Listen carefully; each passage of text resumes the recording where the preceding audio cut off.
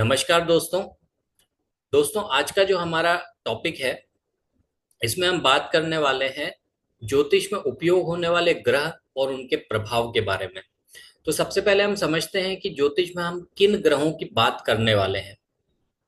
दोस्तों, अगर आप खगोल शास्त्र को देखें, एस्ट्रोनॉमी की बात करें, तो एस्ट्रोनॉमी कुछ इस तरीके की पिक्चर आपको दिखाता है कि सूर्य आपको मिलेगा सेंटर में और उसके आसपास आपको बहुत सारे प्लैनेट्स जो है वो परिक्रमा करते हुए मिलेंगे। लेकिन जब हम ज्योतिष की बात करते हैं तो ज्योतिष में हमको इस पिक्चर को कुछ अलग तरीके से देखना पड़ता है। किस तरीके से देखेंगे वो मैं आपको समझाता हूँ। देखिए दोस्तों, हम ज्योतिष में फलित किस लिए कर रहे हैं? ताकि हम इस पृथ्वी के ऊपर उपस्थित जो मानव जीवन है उस पर प्रभाव देख सके। किनका प्रभाव देख सकें? जो पृथ्वी के आसपास है। अब पृथ्वी के आसपास क्या है? पृथ्वी के आसपास प्लैनेट्स हैं, जैसे कि सूर्य, जैसे कि बुध। और पृथ्वी के आसपास क्या है? तारामंडल है, जो आपको ये दिख रहा होगा। तो इन्हीं चीजों को दोस्तों यूज किया जाता है ज्योतिष में फलित करने के लिए। तो हमें क्या देखना है? हमें ये देखना है कि पृथ्वी के आसपास कौन कौन से प्लैनेट्स हैं जिनको कि हम यूज करेंगे हमारे फलित के अंदर। तो यहाँ पर आपको कौन कौन सी चीज छोड़ देनी है? आपको नेपच्यून छोड़ देना है, यूरेनस छोड़ देना है, प्लूटो छोड़ देना है। इनको हम फलित में यूज नहीं करते हैं। आपको कौन कौन से ग्रह याद रखने हैं? आपको याद रखना है सूर्य, दूसरा आपको बुध, तीसरा शुक्र, चौथा चंद्रमा, पांचवा जुपिटर, छठवां मंगल और सातवां शनि। लेकिन आपने इसके अलावा दो ग्रहों के नाम और सुने होंगे, वो होते हैं राहु और केतु।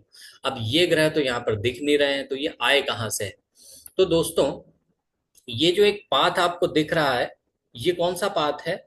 ये वो पाथ है जो कि पृथ्वी यूज कर रही है सूर्य के आसपास परिक्रमा करने के लिए। बिल्कुल वैसे ही एक बात ये है जो कि चंद्रमा यूज कर रहा है पृथ्वी के आसपास चक्कर लगाने के लिए, क्योंकि चंद्रमा पृथ्वी के आसपास चक्कर लगाता है। तो यहाँ पर इन दोनों पाथ पे आपको दो कटान बिंदु मिलते हैं इस तरीके से। एक कटान बिंदु को आप नॉर्थ मान सकते हैं और एक को आप साउथ मान सकते हैं। तो ये जो नॉर्थ वाला कटान बिंदु होता है दोस्तों, इसको राहु बोला जाता है, और साउथ वाला जो कटान बिंदु होता है उसको केतु बोला जाता है। और यहां से ये दो छाया ग्रह निकल के आते हैं जिनका कोई फिजिकल एग्जिस्टेंस नहीं है, लेकिन ज्योतिष में इनका कमाल का उपयोग है। आप मान लीजिए कि ये जो ग्रह हैं दोनों बहुत ज्यादा यूज किए जाते हैं और बहुत इंपॉर्टेंट प्लैनेट माने जाते हैं, ग्रह माने जाते हैं ज्योतिष के अंदर फलित के लिए। चलिए अब आगे बढ़ते हैं और समझने की कोशिश करते हैं कि इनके प्रभाव क्या होते हैं। सबसे पहली बात करते हैं सूर्य की। तो सूर्य इन सारे के सारे प्लैनेट्स में, इन सारे के सारे ग्रहों में राजा माना जाता है।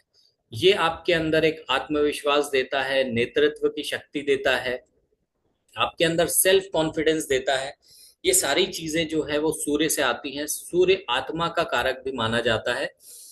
इसलिए अगर किसी का सूर्य बली है मान लीजिए, तो सूर्य का प्रभाव उस व्यक्ति पर कैसा पड़ेगा? अगर उसका सूर्य बली है, सूर्य अच्छा है, तो उस व्यक्ति के अंदर सूर्य से संबंधित जो नेचर है, जो स्वभाव है, वो ऑटोमेटिक ट्रांसफर होने शुरू हो जाएंगे। यानी कि उसके अंदर आत्मविश्वास अच्छा होगा, उसमें नेतृत्व की शक्ति अच्छी होगी, उसके अंदर इम्यूनिटी अच्छी होगी। इस तरीके की चीजें उस व्यक्ति के अंदर ट्रांसफर होनी शुरू हो जाएंगी। तो इसी प्रकार से हर ग्रह के अपने अपने नेचर होते हैं, और जब वो ग्रह उस व्यक्ति के ऊपर प्रभाव डालना शुरू करते हैं तो अपने नेचर को उनके अंदर ट्रांसफर करना शुरू कर देते हैं। ये समझने वाली बात है। अब अगर सूर्य के बाद हम अगले ग्रह पे जाते हैं, चंद्रमा पे, तो चंद्रमा होता है मन का कारक, भावनाओं का कारक। चंद्रमा को माता का कारक भी माना जाता है। मंगल की आप बात करेंगे तो मंगल से आप दंगल अगर शब्द को जोड़ दें तो आपको समझ में आने लगेगा कि दंगल यानी कि ऊर्जा, यानी कि साहस, यानी कि क्रोध। तो इस तरीके की जो नेचर है, जो गुण है, वो मंगल से आते हैं।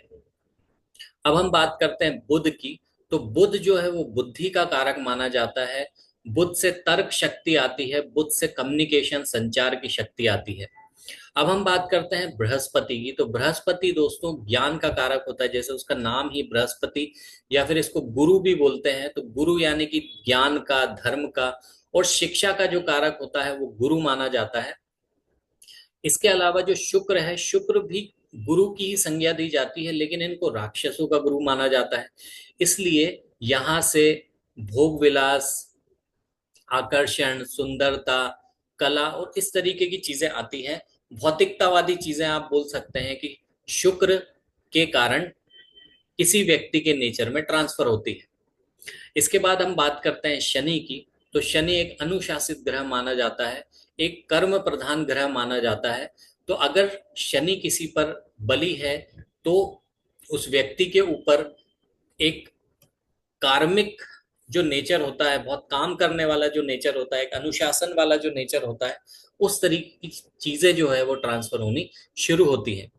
इसके बाद होता है राहु। तो राहु को बेसिकली आप धुएं के साथ में जोड़ सकते हैं, एक भ्रम के साथ में जोड़ सकते हैं, एक रहस्य के साथ में जोड़ सकते हैं। और राहु चीजों को इंक्रीज, बढ़ाने का काम भी करता है। इसके बाद में आता है केतु ग्रह। तो केतु ग्रह को डिस्कनेक्शन के साथ में भी जोड़ा जाता है, मोक्ष के साथ भी जोड़ा जाता है, त्याग के साथ भी जोड़ा जाता है और मिस्ट्री या फिर रहस्य के साथ भी जोड़ा जाता है। तो राहु और केतु लगभग एक जैसे ही नेचर इनके होते हैं, पर फिर भी आप ऐसा बोल सकते हैं कि जो राहु है वो चीजों को थोड़ा बढ़ाने का काम करता है और केतु जो है वो चीजों को थोड़ा घटाने का, दबाने का या डिस्कनेक्शन का काम करता है। तो इस तरीके से दोस्तों ये 9 ग्रह हमने पढ़े और इनके प्रभाव हमने पढ़े। इन्हीं प्रभावों को यूज करके दोस्तों हमको करना क्या होता है, हमको ज्योतिष के अंदर फलित करने होते हैं।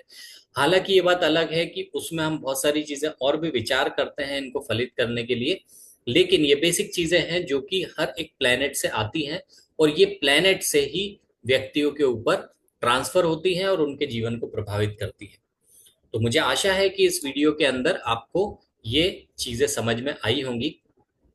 अगर आप हमसे कंसल्टेशन करना चाहते हैं या फिर ट्रेनिंग लेना चाहते हैं तो हमारे डिस्क्रिप्शन बार में आपको वो सारी इंफॉर्मेशन मिल जाएगी। तो इस वीडियो को देखने के लिए बहुत बहुत धन्यवाद दोस्तों। अगर ये वीडियो आपको पसंद आया हो तो लाइक और शेयर करना मत भूलिए। बहुत बहुत धन्यवाद।